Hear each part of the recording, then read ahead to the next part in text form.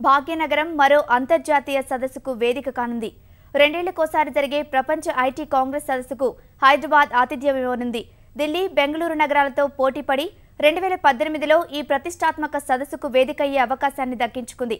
3 ఏళ్ల కాలంలో హైదరాబాద్ ఐటీకి మరింత ఊపు తేవాలని సర్కార్ లక్ష్యంగా పెట్టుకుంది. ప్రపంచంలో ఇన్ఫర్మేషన్ టెక్నాలజీ రంగంలో అత్యంత ప్రతిష్టాత్మకంగా భావించే ఐటీ కాంగ్రెస్ సదస్సు నిర్వహణకు హైదరాబాద్ ఎంపికైంది.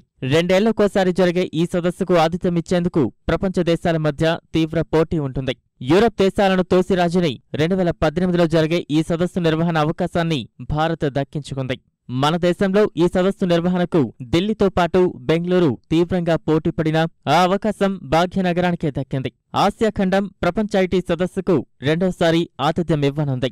2008లో ప్రపంచ ఐటీ కాంగ్రెస్ కౌలాలంపూర్లో జరిగింది. ఈ ఏడాది ప్రపంచ ఐటీ కాంగ్రెస్ మెక్సికోలో జరగ్గా 2016లో బ్రెజిల్ వేదిక కానుంది.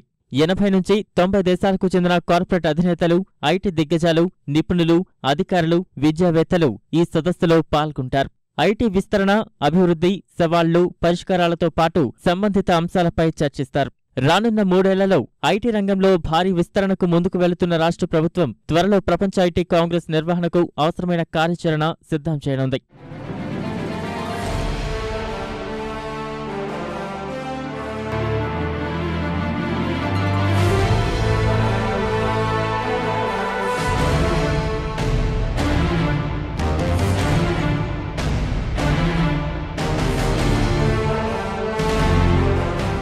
ప్రపంచ ఐటీ కాంగ్రెస్ నిర్వహణ ఏర్పాట్లపై అప్పుడే రాష్ట్ర ప్రభుత్వం దృష్టి సారించింది.